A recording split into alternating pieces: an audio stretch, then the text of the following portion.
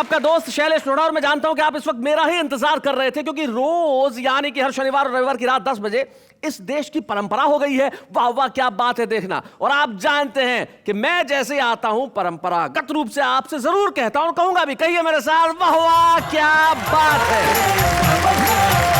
परंपराएं किसी भी देश की धरोहर होती है और हमारे देश तो परंपराओं का देश है, हमारा देश सभ्यताओं का देश है, भाषाओं का देश है, बोलियों का देश है, शब्दों का देश है। और वहां पे जो कुछ परंपराएं बड़ी कमाल की परंपराएं, पूरी दुनिया में कोई ऐसा देश नहीं होगा जहां माँ बाप के पांव छूने की परंपरा होगी, लेकिन हमारे यहाँ है।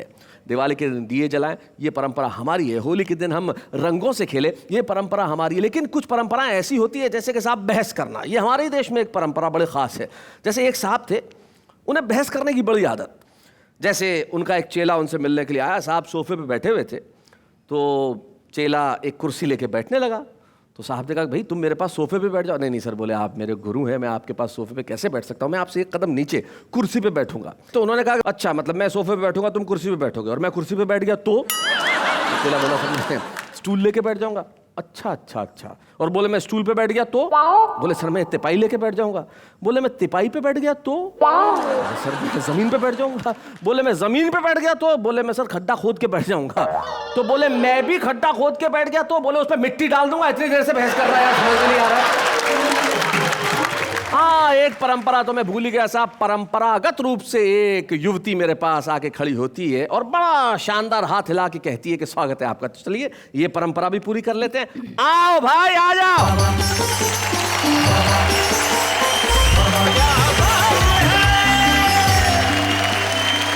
नमस्कार।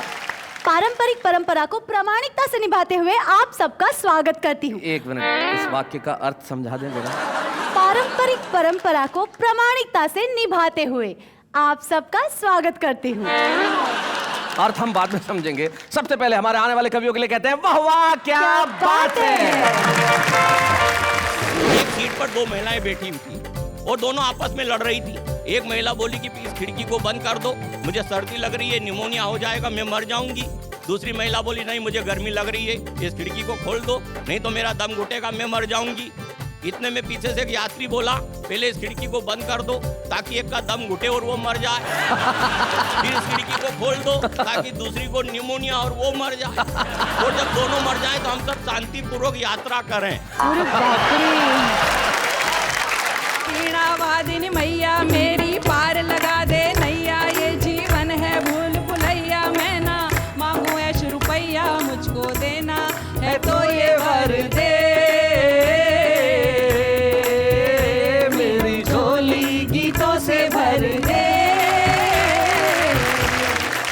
मुझे 7 साले हैं। अब वो लोग जो मेरे साथ हरकत करते हैं जी कि चोरी करने गुस्सा जो मैं घर में, अच्छा चोरी करने गुस्सा जो मैं घर में, घर की घंटी बजा दी है साले।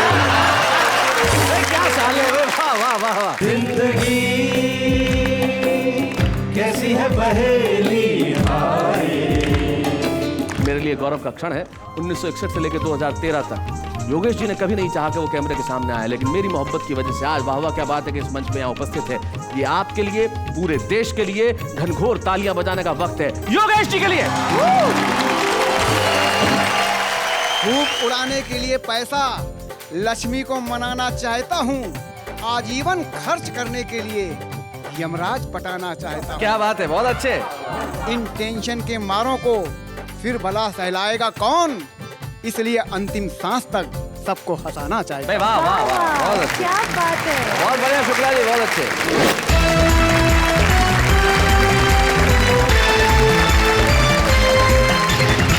क्या बात है। करोड़ों दर्शकों ने इस देश की प्राचीन परंपरा कविता को जिस तरह से सर आंखों पे बिठाया है, सलाम है आपको। जिस तरह से आपने वाह वाह क्या बात है को प्यार दिया है। इस देश में आज भी कविता और शायरी की जड़ें इतनी गहरी है कि हर आदमी चाहता है कि वो कविता सुनाए। और इसीलिए हमारे बीच में कुछ ऐसे मित्र आते हैं जो सुनाते हैं कुछ ऐसा जिनके लिए परंपरागत रूप से हम मिलकर कहते हैं वाह वाह क्या बात है।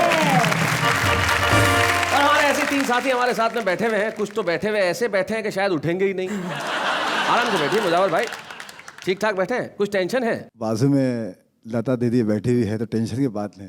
लता दीदी बाजू में बहुत बैठी। अच्छे, बहुत अच्छे। लता जी हया बोलो, हया बैठे साथ। हया। हया शब्द शर्म लज्जा औरत की भी नुमाइंदगी करता है, और हया शब्द ज़ाती तौर पे, अपने व्यक्तिगत तौर पर भी मैं उसका इस्तेमाल कर सकती हूँ। तो मैंने कहने की कोशिश की है कि नहीं मैं वो अदा जो आशिकों की जान होती है। वाह। और आखिरी मिसरे पर गौर कीजिएगा, उसको मंच से भी जोड़ा है और जिस नज़र से देखा जी, जाता है इरशाद उसको भी, सुना। कि नहीं मैं वो अदा जो आशिकों की जान होती है, नहीं शम्मे हंसी जो महफिलों की शान होती है, मैं हूँ हालात पर लिखी हुई कोई गज़ल गोया, हया शामिल ना हो तो शायरी बेजान होती है। क्या बात है भाई, वाह वाह वाह वाह। धमचक मुल्तानी रतलाम से हमारे बीच में आते हैं, जो बड़े कमाल के हास्य कवि हैं। अच्छा धमचक जी, आपका ओरिजिनल नाम क्या है? नाम है ठाकुर गजराज सिंह राठौर। ये नाम है या धमकी है?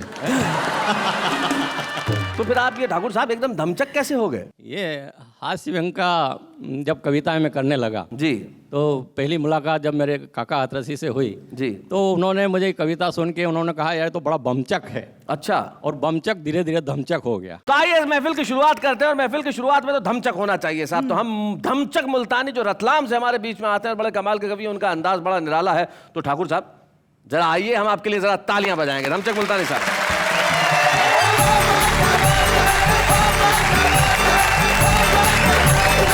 सबसे पहले तो मैं आपको एक कविता सुना रहा हूँ। अच्छा। पसंद है एक दो और सुनाऊंगा, और नहीं आई तो जब तक पसंद नहीं आएगी तब तक सुनाऊंगा। अभी शैलेश जी, पूरे देश में भ्रष्टाचार की दमचक मची हुई है। अब अधिकांश लोगों को पता नहीं कि भ्रष्टाचार कैसे चलता है। मैं आपको मूंगफली के माध्यम से बताना चाहता हूं कि भ्रष्टाचार कैसे चलता है। वाह, मूंगफली के माध्यम से भ्रष्टाचार, क्या बात है। कि स्कूल में बच्चों को एक दाने की मूंगफलियां बांटी जा रही थी। यह बात मेरी समझ में नहीं आ रही थी। मैंने शिक्षक से कहा कि ये मूंगफलियां जो बच्चों में बंटवाई है, बताएंगे आप कहां से मंगवाई है? क्या इतनी पैदावार घट गई इस जमाने की कि पैदा होने लग गई मूंगफलियां केवल एक दाने की? क्या बात है, वाह वाह। तब शिक्षक ने मेरे प्रश्न का किया समाधान और कहा, श्रीमान कैसे बताऊं आपको इस देश में बढ़ते हुए पाप को कि ये मूंगफली जब केंद्र से चली तो पूरे 4 दाने की थी। क्या बात है, बहुत अच्छे, बहुत बढ़िया। ये मूंगफली जब केंद्र से चली तो पूरे 4 दाने की थी। वह तो इसका एक दाना हमारे बड़े साहब खा गए, दूसरा दाना छोटे साहब पचा गए। जब 2 दाने 2 अफसर की दाढ़ में अटक गए तो मौका पाकर तीसरा दाना हेडमास्टर साहब गटक गए। बहुत अच्छे, बहुत बढ़िया, बहुत बढ़िया।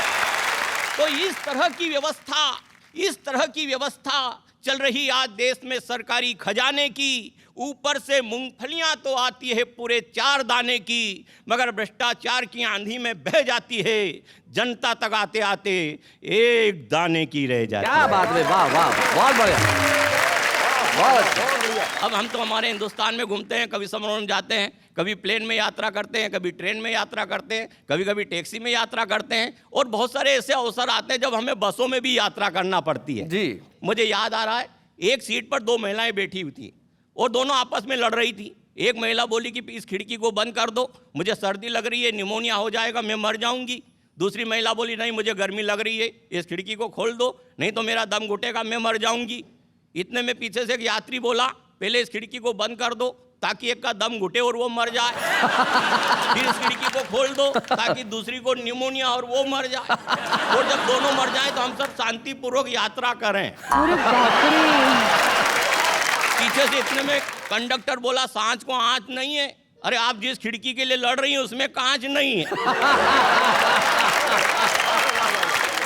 शैलेश जी, मैं अपनी पत्नी सहित एक बार मैं परिचालक की सीट पे बैठ गया। इतने में कंडक्टर आया, बोले उठो। मैंने कहा क्यों उठो? बोले ये परिचालक सीट है। मैंने कहा इसीलिए बैठा हूँ। बोले क्या मतलब? मैंने कहा मतलब साफ है, ये मेरी परी न मैं इसका चालक।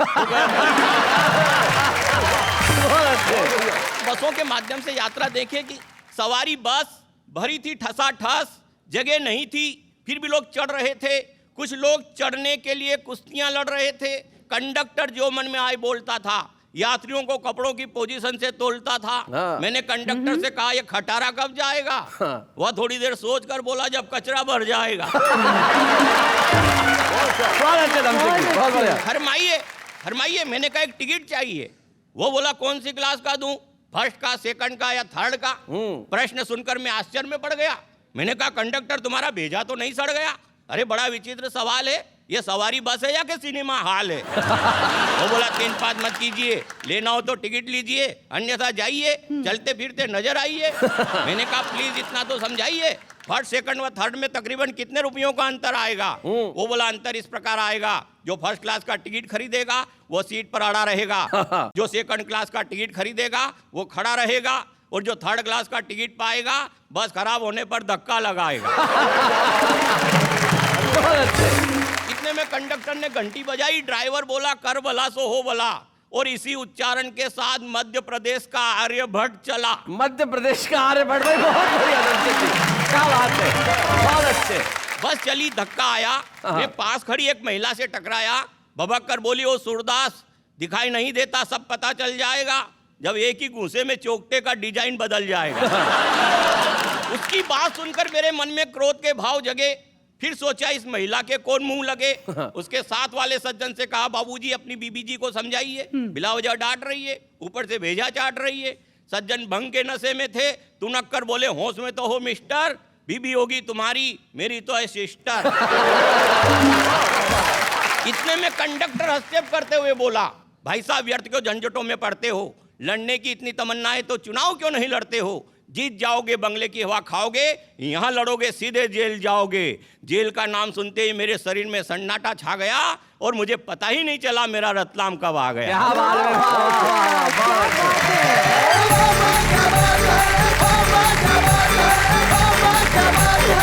यात्राओं में अक्सर ऐसा होता है कि आदमी को पता ही नहीं चलता कब क्या हो जाता है। जैसे हमारे एक मित्र बड़े भोले हैं साहब, वो मुंबई के अंदर एक ऑटो रिक्शा में जा रहे थे, तो बैठे थे अपनी पत्नी के साथ पिछली सीट पे, तो आगे ड्राइवर बैठा हुआ कांच को थोड़ा सा ठीक कर करके बार बार घुमा रहा था। उन्हें गुस्सा आ गया, बोले अच्छा कांच में बार बार ऐसा करके मेरी बीवी को देख रहा है तो नीचे उतर, नीचे उतर, नीचे उतर यहाँ से, मैं चलाऊंगा ऑटो, तू पीछे जाके बैठ। यात्राओं में से और खासतौर पे बस की यात्राओं में से जिंदगी के कई अर्थ भी हमें मिल जाते हैं। डॉक्टर स्वाति लोढ़ा ने मुझे एक कहानी सुनाई थी जो मुझे याद आती है और बड़ी खूबसूरत कहानी थी कि एक ऐसे ही खटारा बस का ड्राइवर और एक जो हमारे जो कथाएं पढ़ते हैं, धार्मिक कथाएं पढ़ते हैं, वो संत साधु या कथावाचक आप कुछ भी कह दें, तो कथावाचक और बस का ड्राइवर दोनों की मृत्यु एक साथ हो गई और दोनों ऊपर पहुंचे तो जो अंदर स्वर्ग के बाहर जो दरबान था उसने पूछा भाई क्या करते हो, तो पहले ने कहा भाई मैं तो बस चलाता हूँ, लोकल बस एक शहर में। बोले अच्छा तुम स्वर्ग में जाओ।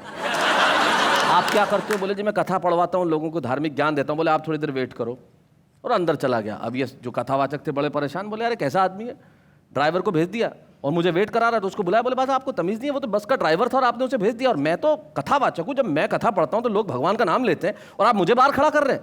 बोले बेटा गलतफहमी में मत पड़ो, ज़रूरी नहीं है कथा सुनते वक्त लोग भगवान का नाम ले, कोई सोता है, कोई ऊँगता है, कोई आसपास की लड़कियों को देखता है, कोई और बात करता है। लेकिन ये जब जब बस चलाता था उसमें बैठने वाला हर यात्री सिर्फ भगवान का नाम लेता था। तो जिंदगी की यात्रा में बहुत सारी चीजें हमें ऐसी सुनने को मिलती है जो हमें कुछ सिखा जाती है। ये शायद इसी देश की परंपरा है कि हम कथाओं में, कहानियों में, कविताओं में, शायरी में, गजलों में कुछ ऐसा सिखा देते हैं लोगों को कि वो जिंदगी को खूबसूरत बनाता है। आइए इस और खूबसूरत जिंदगी को और खूबसूरत बनाए, हम बुलाएं लता हया को। और लता से मैं एक अनुरोध जरूर करूंगा। लता, हमारे देश की बड़ी प्राचीन परंपरा है, बसंत पंचमी 2 दिन पहले ही गई है और बसंत पंचमी के दिन हम माँ सरस्वती का, माँ शारदा को प्रणाम करते हैं, उनकी पूजा करते हैं। तो मैं चाहता हूं कि तुम एक माँ सरस्वती की वंदना जरूर सुनाओ। लता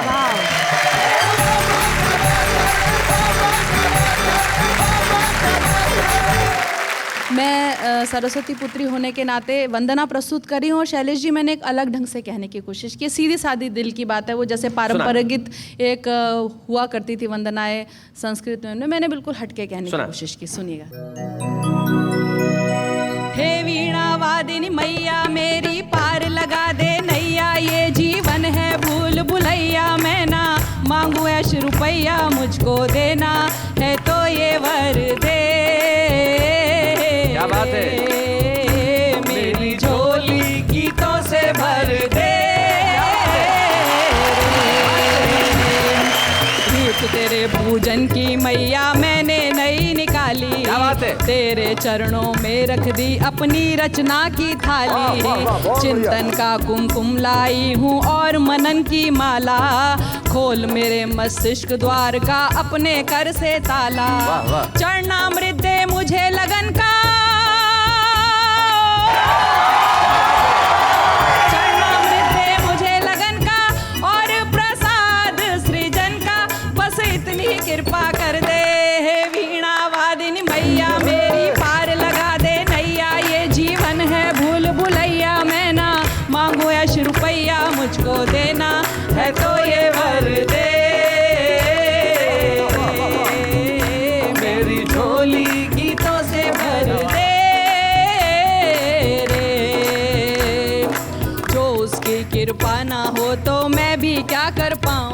बात है। मैं अज्ञानी जो मैया लिखवाए लिखती जाऊं। क्या बात। रचनाएं सब उसकी दासी, सेवक है ये अक्षर। क्या बात है। मेरी कल्पना और सोच सब उसके नौकर चाकर, करूं उम्र भर उसकी सेवा,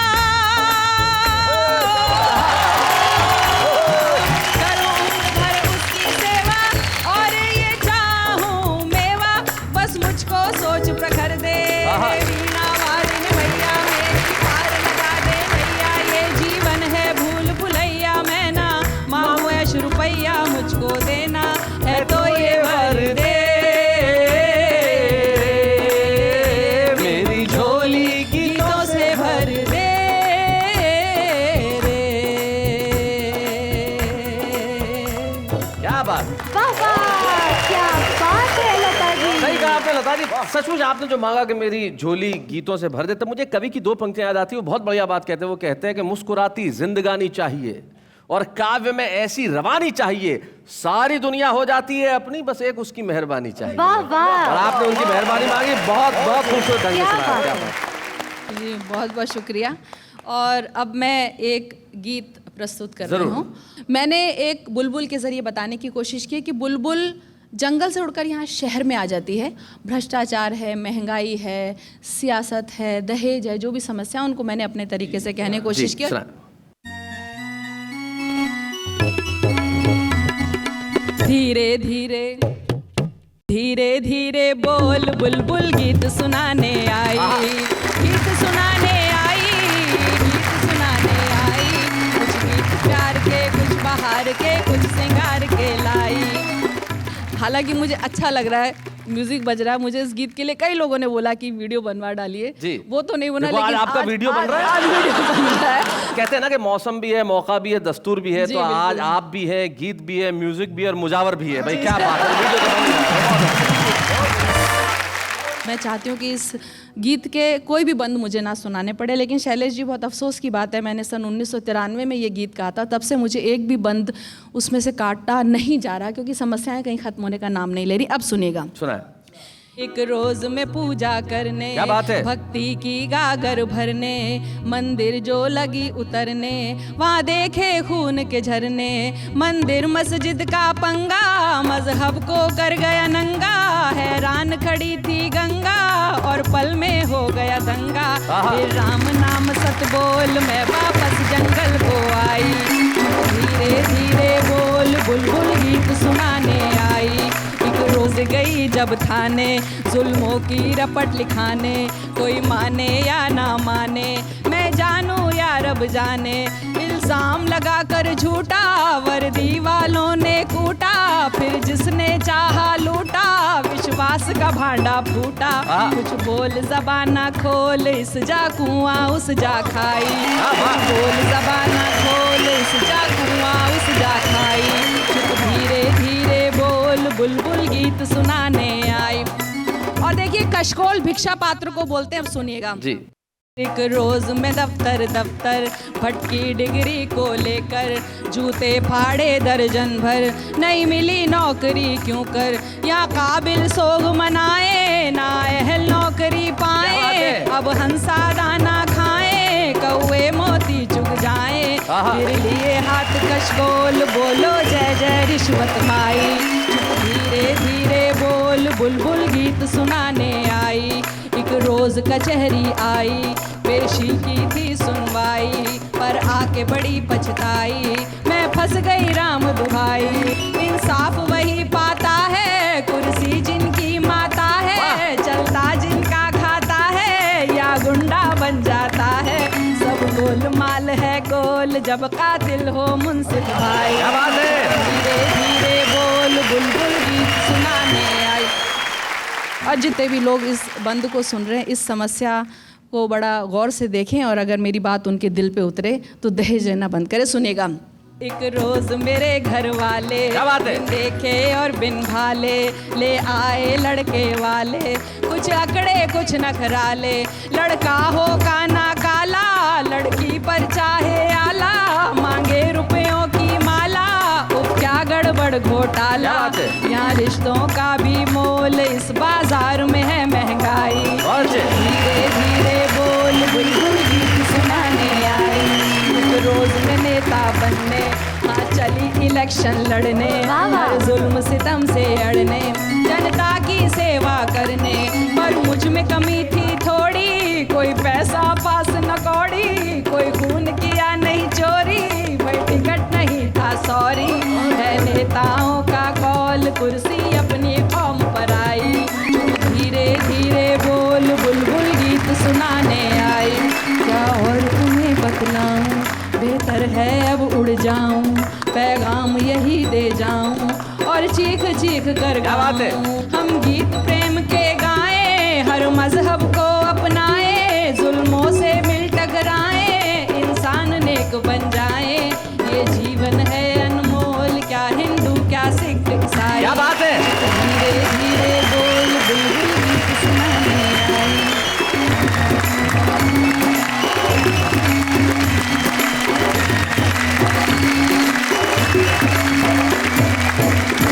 भाई क्या बात है, बुलबुल ने कमाल का गीत सुनाया। समस्याएं बहुत है, लेकिन इन समस्याओं के बीच में से हंसी निकालना ही तो हमारी जिंदगी है। तभी तो कृष्ण बिहारी नूर साहब कहते हैं कि जिंदगी से बड़ी सजा ही नहीं, जिंदगी से बड़ी सजा ही नहीं, और क्या जुर्म है पता ही नहीं। इतने हिस्सों में बट गया हूं मैं कि अपने हिस्से में कुछ बचा ही नहीं। वाह वाह। लेकिन आपके और हमारे हिस्से में बची है हंसी, और उस हंसी के लिए हमारे बीच में एक ऐसा शायर है जिसका अंदाज तो साहब कमाल का है।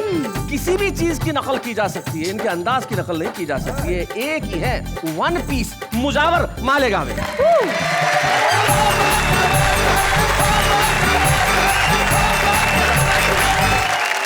देखिए, हिंदुस्तान में बहुत सारे ऐसे नेता हैं जो अच्छे भी जो खराब भी हैं। मैं मतलब पढ़ता हूँ। जी हाँ मैं हाँ, हाँ हाँ हाँ मैं गा गा गा गा गा गा गा, हाँ मैं हाँ, लीडरों की मिलाने का नहीं, पाँव छूने का लेकिन दबाने का नहीं। पहला शेर पढ़ता हूँ, देखिएगा। जी। छोड़कर अपने आंगन के तालाब को, छोड़कर अपने आंगन के तालाब को, छोड़कर अपने आंगन के तालाब को, गंदे नालों में डुबकी लगाने।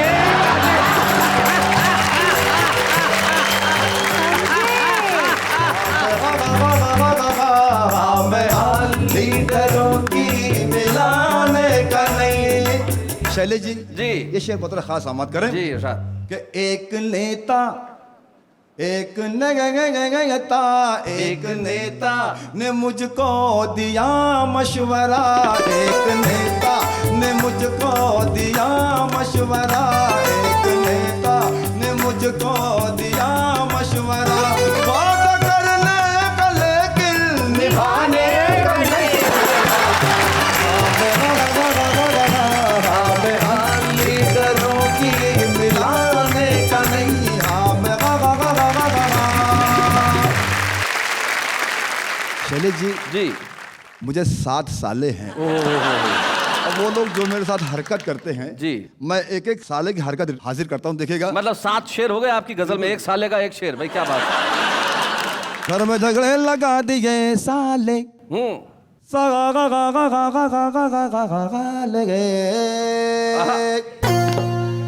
घर में झगड़े लगा दिए साले, अरे मेरी पुंगी बजा दिए साले। ये पहला साल है। ये शेर पत्र खास समात करें। भूख से क्या गिरा मैं चकरा के, भूख से क्या गिरा मैं चकरा के, भूख से क्या गिरा मैं चकरा के, मुझको जूता सुंगा दिए साले। ये भी सुनिएगा शेर कि चोरी चोरी करने घुसा जो मैं घर में, चोरी करने घुसा जो मैं घर में, घर की घंटी बजा दिए साले, घर की। भाई क्या साले, भाई वाह वाह वाह वाह। बोल के मुझको ये है बिरयानी, अच्छा। बोल के मुझको ये है बिरयानी, बोल के मुझको ये है बिरयानी, बासी खिचड़ी खिला दिए साले, अरे बासी बिल्कुल बासी। अरे साला ने ये कहा जी। बोल बस एक कॉल करना है, बोल बस एक कॉल करना है, बोल बस एक कॉल करना है, सारा बैलेंस उड़ा दिए साले साले। बहुत अच्छे मुजावर मियां। ये शेर बहुत खास दिखेगा। जी जी जी। मैं तो इंसान बनने वाला था, मैं तो इंसान बनने वाला था, मुझको नेता बना दिए साले। अरे नेता नेता, मुझको नेता बना दिए साले। क्या बात है, वाह वाह।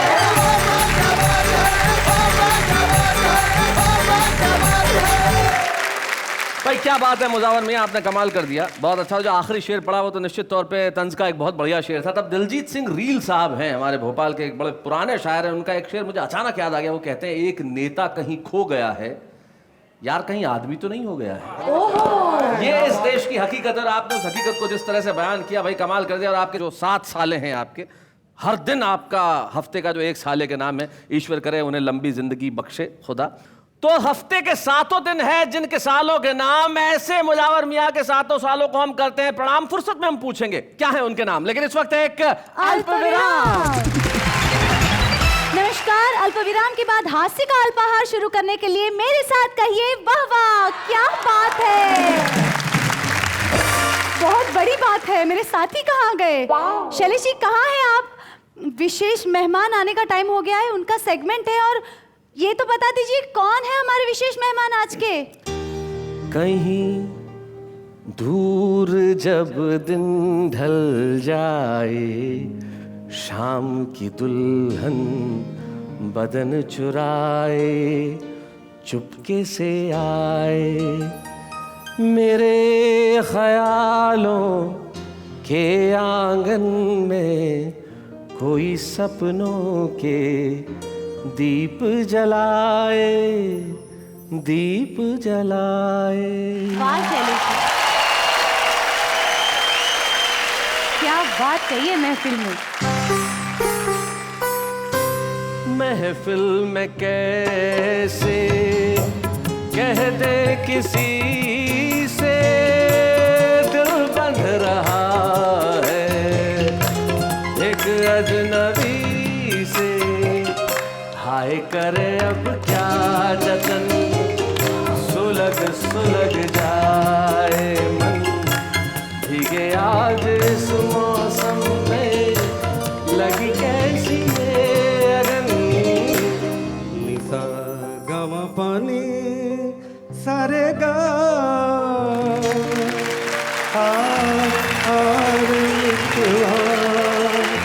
जन्म जन्म से है हम तो प्यासे, आ संग मेरे गा।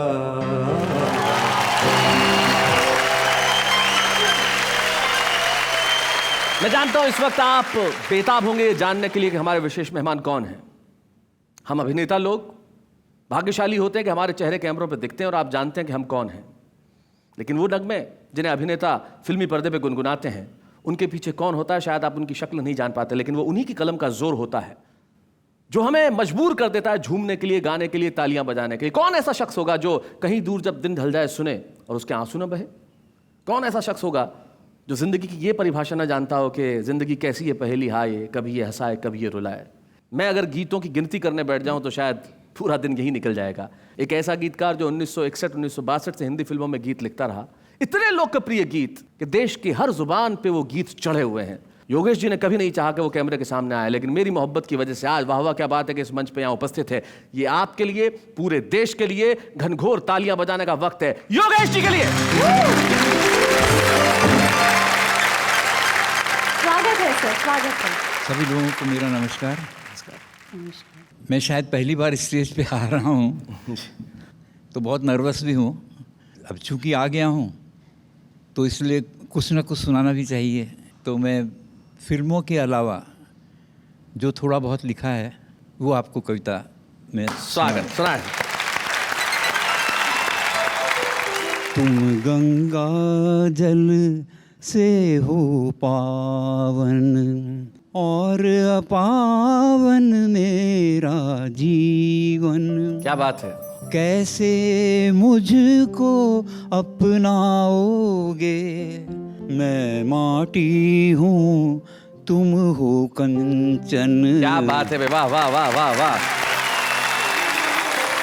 जीवन में अभिलाषाओं का एक तूफान चला करता है, सपनों का मधुमास स्वयं को हर पल आए छला करता है। क्या बात है। बोझ बनी है सांसें तन पर, क्या बात।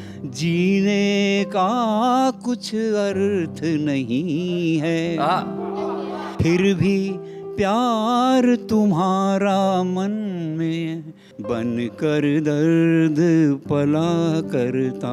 हाय हाय हाय हाय हाय, क्या बात है। अंतिम है, ये अपराध हुआ है मुझसे, मोल न समझा मैंने अपना। वाह वाह वाह वाह। धरती होकर आसमान का देखा मैंने झूठा सपना, मधुर तृप्ति के सम्मोहन से पल भर को मैं भूल गया था, कुंठाओं की आँच में मुझको तो सारा जीवन है तपना। क्या बात, वाह वाह वाह वाह। छू पाता यदि चरण तुम्हारे, शायद मैं बन जाता चंदन, तुम गंगा। क्या बात है, वाह वाह वाह वाह वाह। एक और आपको कविता सुनना चाहता हूँ जी। क्या हुआ जो दामन गीला है, ये चेहरा पीला पीला है, पर नैनों में आशाओं का आकाश तो नीला नीला है। क्या हुआ जो दामन गीला है, मालूम हमें ये हो जाता दिन कैसे आने वाले हैं, हम क्या क्या खोने वाले हैं, हम क्या क्या पाने वाले हैं। तो मन को हम साहस देते, दुख भी होता तो हंस लेते, ये वक्त न हमसे कह पाया, ये वक्त बड़ा शर्मीला है। क्या बात है, क्या हुआ बहुत अच्छे। दामन गीला है। अंतिम है जी। सबका कुछ अपना अनुभव है, अनुभव से उसने सीखा है, मेरा भी कोई अनुभव है, वो अनुभव लेकिन तीखा है। जो भोगा है वो कहता हूँ, वो दर्द अभी तक सहता हूँ, इस धरती पर सबसे ज्यादा ये मानव ही जहरीला हाय हाय हाय हाय हाय। जिस देश में पुरस्कारों की बोलियां लगती हों, जिस देश में सम्मान किन किन विधाओं से प्राप्त किए जाते हों, लेकिन ये मेरे लिए, आपके लिए, हम सब के लिए पीड़ा और टीस की बात है कि इतने खूबसूरत गीत रचने वाले योगेश के घर में जब मैं झांकता हूँ तो योगेश कहते हैं कि मेरे पास कोई पुरस्कार नहीं है शैलेश। तो मैं कहता हूँ आपके पास सबसे बड़ा पुरस्कार वो है कि जब भी फिल्मी गीतों का इतिहास लिखा जाएगा वो योगेश के गीतों के बिना पूरा नहीं होगा। Very true. योगेश जी, ये मेरे लिए सौभाग्य की बात है कि मैं उस कलम को आज सम्मानित कर रहा हूँ जिस हाथ को चूमने का जी करता है। योगेश। बच्चे हैं या बूढ़े हैं, नर है या नारी है, हंसी देने वालों के सब ही आभारी है, कविता सुनाने वाले अब सबके साथ है। जब हम किसी को सम्मानित यहाँ करते हैं तब उनके परिवार का एक सदस्य यहाँ उपस्थित होता है, लेकिन आज उनका एक शिष्य हमारे बीच उपस्थित है जो खुद भी बहुत खूबसूरत गाता है, सत्येंद्र त्रिपाठी। सत्येंद्र, स्वागत है आपका। कैसे मुलाकात हुई आपकी योगेश जी से? कि जब मुंबई में आया मुझे ऐसा लगता है शायद बात करके मैं रो दूंगा, वो बड़ा, तो मुंबई के गोरेगांव स्टेशन पर बिल्कुल निराश था। 2002 की बात है। सोचा कि अब कुछ बचा नहीं, मैं निकल जाऊंगा यहाँ से, लेकिन ऐसे ही पत्रिका पढ़ने का शौक था, तो उनमें योगेश जी का पूरा लिखा हुआ था, योगेश गीतकार से एक खास मुलाकात। तो मैंने कहा कि ये तो लखनऊ के हैं, देखता हूँ शायद यहाँ जाता हूँ, शायद कुछ काम बनेगा। फिर इनके पास आया और बहुत प्यार से मिले, मतलब बता नहीं सकता वो लम्हा मेरे लिए कैसा था, मैं भूल नहीं पाऊँगा कभी भी। कहा देखो ये मुंबई है और तुम आए हो फिल्म इंडस्ट्री में अपनी किस्मत आजमाने के लिए, ये मेरे पास फिल्म की एक डायरेक्टरी है, इससे तुम 6 महीना कोशिश करो, नहीं हो पाए तो तुम यहाँ से निकल जाना। उसी बीच में फिर धीरे धीरे ये कहीं मीटिंग में जाते थे जहाँ इनको मौका लगता था, सत्यन चल गाना सुना, तो बस धीरे धीरे यहाँ तक पहुँचा हूँ और जो भी हूँ मैं आज इनकी बदौलत हूँ। क्या बात है, वाह वाह वाह। भले ही योगेश जी को तमाम वो बड़े पुरस्कार झोली में न गए हो, लेकिन करोड़ों दर्शकों के प्यार के रूप में मिला है उन्हें आज ये इनाम। लेकिन हम लेते हैं एक अल्प विराम। स्वागत है आपका उसी कार्यक्रम में जहां पे कई सारी परंपराएं निभाई जाती है, जहां हंसने की परंपरा है, खुश रहने की परंपरा है, तालियां बजाने की परंपरा है, ठहाके लगाने की परंपरा है, और सबसे बड़ी परंपरा ये कहने की वाह वाह क्या बात है।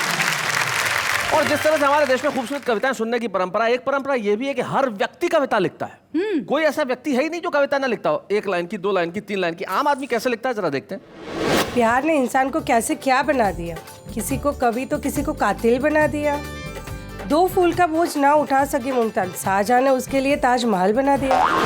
मेरे दोस्त तुम भी लिखा करो शायरी, तुम्हारा भी मेरे जैसा नाम हो जाएगा। जब तुम पर पड़ेंगे आलू टमाटर तो रात के खाने का भी इंतजाम हो जाएगा।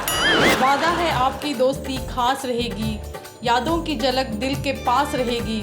नहीं भुला पाएंगे आपको और आपकी दोस्ती को, जब तक आपके नाम की स्पेलिंग याद रहेगी। तो भाई ये है हमारे देश के आम लोग जो बड़ी खूबसूरत कविताएं लिखते हैं। आज तो छुपे रुस्तम है, लेकिन कल कुछ बनेंगे। आज हमारे साथ एक ऐसे ही छुपे रुस्तम है। आप कहेंगे कि भाई ये इतने वर्षों तक क्यों छुपे रहे और इतनी खूबसूरत कविताएं लिखी, लेकिन उन्होंने कहा कि भाई जिंदगी की भागदौड़ में मंच पे तो मैं थोड़ा सा लेट ही जाऊंगा। शरदेंदु शुक्ला एक ऐसे कवि का नाम है जो अद्भुत है साहब। अब आप सुनेंगे तो कहेंगे भाई क्या बात है। शरदेंदु शुक्ला जी।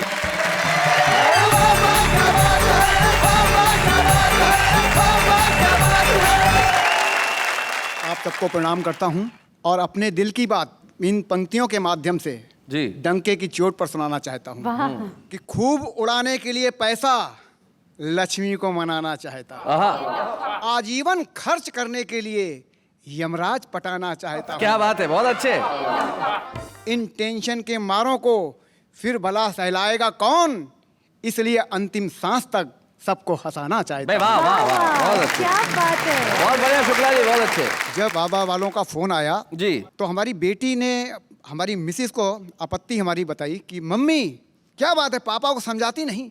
जब से वाह वाह क्या बात वालों के फोन क्या आए, तब से सारा शहर सर पर घूम रहे हैं उठाए, सड़क पर सड़क छाप लोगों को रोक रोक बतला रहे हैं वाह वाह क्या बात में कविता पढ़ने जा रहे हैं। ऐसा तो नहीं, ये समय से पहले सटी आ रहे हैं। उस दिन आंटी अंकल को देखने हॉस्पिटल गए थे तो यही बात बताने के लिए सीधे ऑपरेशन थिएटर में ही घुस गए। दीदी के शादी कार्ड छप के आ गए हैं, उसमें सबसे ऊपर मोटे मोटे अक्षरों में यही बात छपी है कि लड़की के पिता ने वाह वाह क्या बात में कविता पढ़ी है। क्या बात है, बहुत अच्छे, बहुत बढ़िया शरदेंदु जी। सबसे बड़ी बात, ऐसे बहुत सारे छुपे रुस्तम है जो देश में कहीं ना कहीं है, कोई नौकरी कर रहे हैं, कोई व्यवसाय कर रहे हैं, कोई किसी और काम में व्यस्त है, लेकिन कविता लिखने का अपना शौक भी पूरा करते हैं और बहुत अच्छा भी लिखते हैं। हम आपको आज यहाँ इस मंच पे एक स्मृति चिन्ह प्रदान करना चाहते हैं ताकि वो आपकी स्मृति में हमेशा बना रहे, ताकि आपको याद रहे कि शरदेंदु शुक्ला जी, आपने वाह वाह क्या बात है कि मंच पे एक खूबसूरत कविता पढ़ी और हमने आपके लिए तालियां बजाई। शरदेंदु शुक्ला। बच्चे हैं या बूढ़े हैं, नर है या नारी है, हंसी देने वालों के सब ही आभारी है, कविता सुनाने वाले अब सबके साथ है। जाते आते सिर्फ 2 शेर आपसे ये कहना चाहूंगा, किसी शायर के दर्द का प्रश्न हल नहीं होता, कोई भी साधन सफल नहीं होता। सत्य कहना तो आसान है लेकिन सत्य सहना सरल नहीं होता। लेकिन यहाँ सत्य कहा भी जाएगा, सत्य सहा भी जाएगा। हम सच की नौका यूं ही इस सरिता में चलाते रहेंगे और आप कहते रहेंगे वाह वाह क्या बात है।